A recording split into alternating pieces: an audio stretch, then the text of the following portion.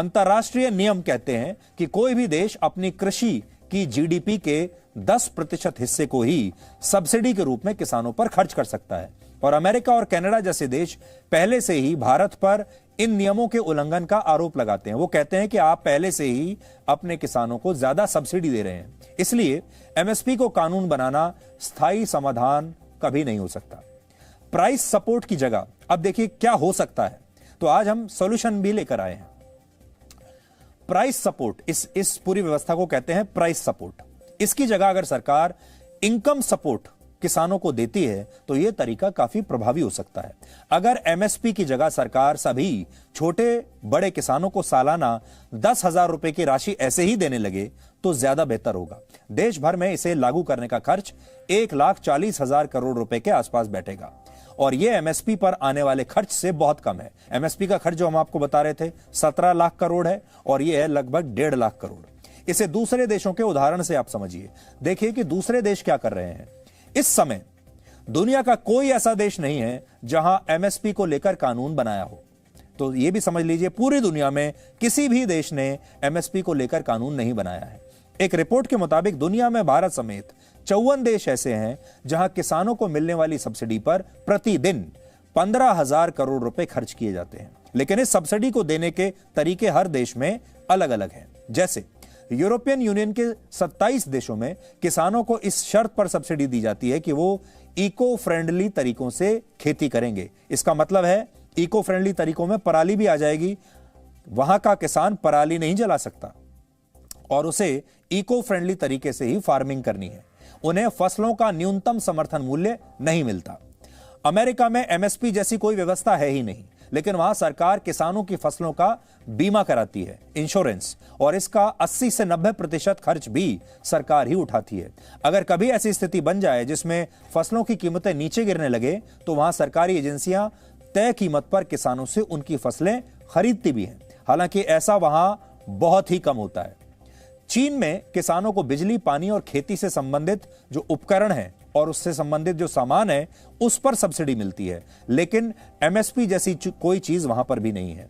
Norway में सरकार किसानों को इनकम सपोर्ट देती है, यानी एक तय रकम किसानों के खाते में जमा कर देती है। और न्यूजीलैंड में तो किसानों को मिलने वाली सब्सिडी वर्ष 1985 में ही समाप्त कर दी गई थी। ऐसा करने वाला न्यूजीलैंड दुनिया का पहला देश था। वहां किसानों को कोई सब्सिडी मिलती ही नहीं है। लेकिन इसके बावजूद दुनिया के जिन 10 देशों के किसानों को सबसे ज्यादा समृद्ध और प्रगतिशील माना जाता है, उनमें न्यूजीलैंड के किसान भी आते हैं। सोचिए, वहां ना तो सब्सिडी है, ना ही कोई इनकम सपोर्ट है सरकार से, ना ही एमएसपी है, किसी भी तरह का कोई सपोर्ट नहीं है, फिर भी वहां किसान बहुत अमीर हैं। इसका कारण है इन देशों में फसलों की खरीद का जटिल ना होना और एमएसपी से ज्यादा प्रगतिशील खेती के मूल्यों को महत्व देना। इसे आप इस स्पेशल रिपोर्ट से आप समझ पाएंगे जो हमने अमेरिका के न्यू जर्सी में जाकर वहां से तैयार की है। आज आपको बताते हैं कि अमेरिका का किसान ऐसा क्या करता है कि वो हमसे कहीं ज्यादा अमीर है। अमेरिका में किसानों को अपनी फसलें बेचने के लिए पहली बात तो यह है कि बिचौलियों का सहारा नहीं लेना पड़ता। इससे किसानों को भी फायदा होता है और फसलों की कीमतें भी स्थिर रहती हैं। अमेरिका के कृषि मॉडल से भारत क्या सीख सकता है, हमारे किसान क्या सीख सकते हैं, आज आप ये ग्राउंड रिपोर्ट देखकर अमेरिका से समझ जाएंगे।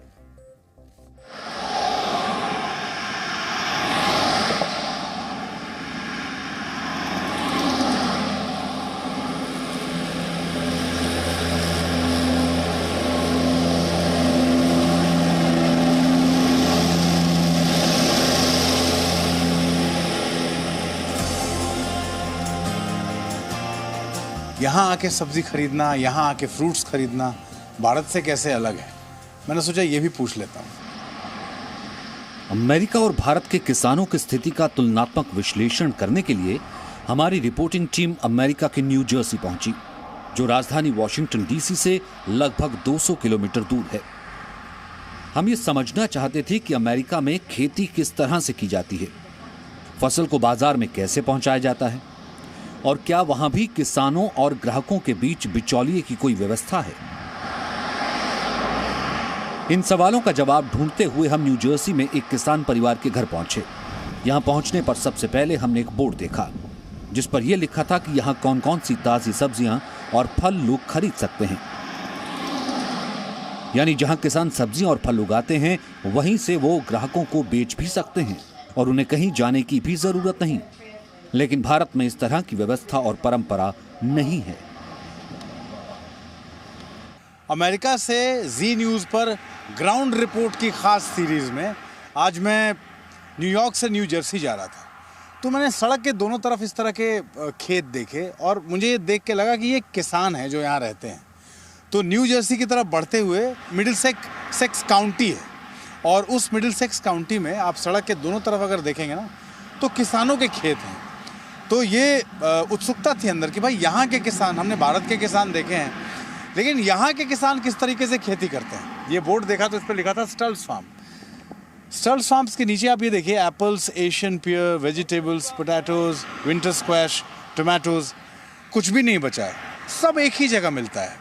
इसने इस कौतूहल को और बढ़ाया कि एक किसान ये सब कुछ उगाता है और अपने खेत में यहाँ पर। तो आइए आज अमेरिका के उस किसान की बात। मैं ये घर देख रहा हूँ तो पहले मुझे लगा ये कोई मॉल है या कोई दुकान है, फिर बाद में पता चला ये तो एक किसान का घर है। यहीं फसल उगाता है, यहीं सब्जियाँ उगाता है, यहीं फल उगाता है और यहीं लोग आते हैं उसको ख़रीदने के लिए। यानी एक थॉट और भी है, किसान और ग्राहक के बीच में कोई मिडिल मैन नहीं है। इसी खेत से तोड़ा और यहीं आ गए लोग खरीदने, पूरा का पूरा मुनाफा उसका, क्योंकि मेहनत तो उसकी है ना। तो आइए आज अमेरिका के एक किसान की बात। ये पूरा स्ट्रेच किसानों का ही है, चलिए देखते हैं। भारत ही नहीं दूसरे देशों की तुलना में भी अमेरिका के किसान कहीं ज्यादा समृद्ध और विकसित माने जाते हैं। वैसे आंकड़ों का शास्त्र कहता है कि अमेरिका की तुलना में भारत में 57 गुना अधिक किसान आबादी है, लेकिन भारत का शास्त्र कहता है कि अमेरिका की तुलना में भारत का किसान काफी कमजोर और पुरानी तकनीक पर निर्भर है। सबसे अहम, अमेरिका के किसान जहां सब्जियां और फल उगाते हैं वहीं उसे सीधे ग्राहकों को भी बेच सकते हैं। आप जो भी उगाते हैं क्या वो सीधे कस्टमर्स को ही बेचते हैं? That's correct. जी, आपने बिल्कुल सही कहा। हम सीधे ग्राहक को या उपभोक्ता को ही बेचते हैं, कोई भी बिचौलिया नहीं होता। हम हमेशा से किसान ही रहे हैं और अपना श्रेष्ठ देते हुए आए हैं। यही तो अमेरिका की परिभाषा है कि आप पूरी मेहनत करें और अपना सर्वोच्च योगदान दें। Way back from 1984. हमने 1984 में ये बिजनेस शुरू किया और धीरे धीरे ये वहाँ पहुँचा जहाँ आज आप इसे अभी देख रहे हैं। हमने सिर्फ खुद को विकसित किया है, विकास के रास्ते पर चले हैं। हम 7 दिन लगातार काम करते हैं हफ्ते में, अप्रैल से नवंबर तक काम करते हैं और इसमें बहुत मेहनत लगती है। इस महिला किसान से बातचीत के दौरान वहाँ हमारी मुलाकात एक ऐसे व्यक्ति से भी हुई जो भारतीय मूल के हैं और भारत के ही एक किसान परिवार से आते हैं। इसलिए अमेरिका और भारत के किसानों को लेकर उनका नजरिया भी आपको जानना चाहिए। इस काउंटी में काफ़ी इंडियंस भी हैं जो रहते हैं और वो भारतीय यहाँ क्यों पहुँचते हैं? क्योंकि इन भारतीयों ने अपने देश में बिचौलिया देखा है, इन भारतीयों ने अपने देश में मिडिल मैन देखे हैं। यहाँ की ख़रीदारी, यहाँ आके सब्ज़ी खरीदना, यहाँ आके फ्रूट्स खरीदना भारत से कैसे अलग है? मैंने सोचा ये भी पूछ लेता हूँ। नमस्कार। आप मैं अच्छा हूँ, आप इंडिया से हैं जी। मैंने देखा आपको, आप यहाँ सब्जियाँ और ये ख़रीद रहे थे। फ़र्क क्या महसूस करते हैं आप जब यहाँ आते हैं और यहाँ की सब्जियाँ खरीदते हैं और वहाँ जब सब्जियाँ खरीदते हैं, तो दोनों में अंतर है क्या? देखिए, सबसे पहले मैं खुद ही किसान का बेटा हूँ। मेरे पिताजी खुद खेत में काम किए हैं, जब बचपन में उन्हें देखा अपने आँखों से, और परिवार के सब लोग कैसे मिलके, वहाँ तो मज़दूर का थोड़ा डिफरेंट वे में सेटिंग है कि आपके गांव में जो कमज़ोर रहते हैं उनको आप देते हैं, काम करता है। बट जो आपने क्वेश्चन जो पूछा कि यहाँ पे क्या विशेषता है, तो यहाँ पे किसान से यदि आप बात करेंगे तो आपको फाइंड आउट कर पाएंगे कि वो कितने सक्सेसफुल हैं ये लोग, क्योंकि उनकी सिस्टमैटिक है, टेक्नोलॉजी है और साथ ही साथ एक ट्रांसपेरेंसी है कि आप जो उगा रहे हैं उसको कैसे बेचना है। अमेरिका में कृषि की परंपरा समय दर समय बदली है। वहाँ किसान बनने के लिए लोग एग्रीकल्चर की पढ़ाई करते हैं। इस क्षेत्र में उनके पास डिग्रियां होती हैं।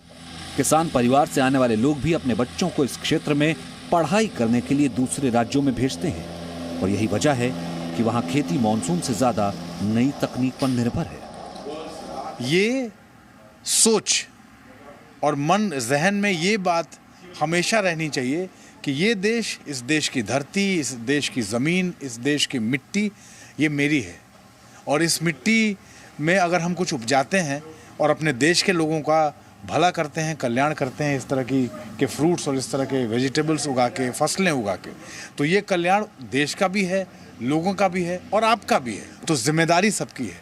आप सिर्फ ये कह के जिम्मेदारी से नहीं भाग सकते कि हम क्या करें, हमारी बात नहीं सुनी जाती। अगर आपकी बात नहीं सुनी जाती तो आप अपनी बात सुनाने के लिए इस ज़मीन के पास आते हैं, इस धरती के पास आते हैं, ये आपकी बात सुनता है और उसके बाद जो आप चाहते हैं, आप जब मेहनत करते हैं, उस मेहनत का फल भी यही धरती आपको देती है। ये सब कुछ आपको दिखाने के पीछे हमारी मंशा सिर्फ इतनी है कि हम भी ये चाहते हैं कि भारत के किसान भी उतने ही पैसे वाले, उतने ही अमीर, उतने ही समृद्ध हो जाएं जितने कि अमेरिका के किसान हैं। और इसके लिए हमें क्या करना होगा, बस ये बताने की कोशिश आपको हम कर रहे हैं। अमेरिका और भारत के किसानों की स्थिति को आप कुछ और आंकड़ों से भी समझ सकते हैं। अमेरिका में एक किसान परिवार औसतन सालाना 83,000 US डॉलर्स यानी 65 लाख रुपए कमाता है, एक औसत किसान, सोचिए। लेकिन भारत में किसान परिवार की औसतन सालाना आय है 1.25 लाख रुपए। भारत की 135 करोड़ की आबादी में लगभग 15 करोड़ किसान हैं और देश की 60% आबादी किसी न किसी रूप में कृषि से जुड़ी हुई है।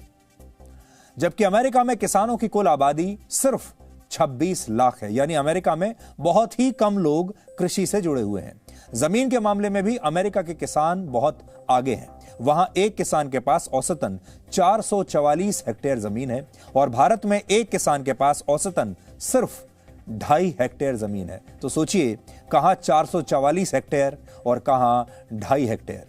भारत में कुल जीडीपी में कृषि क्षेत्र की हिस्सेदारी लगभग 20% है, जबकि अमेरिका में यह आंकड़ा 5% के ही आसपास है। और इसीलिए हम कहते हैं कि हमारी जो इकोनॉमी है वो काफी हद तक एग्रीकल्चर बेस्ड इकोनॉमी है, कृषि पर आधारित अर्थव्यवस्था। Presenting B News app available on Google Play and App Store. Download it now.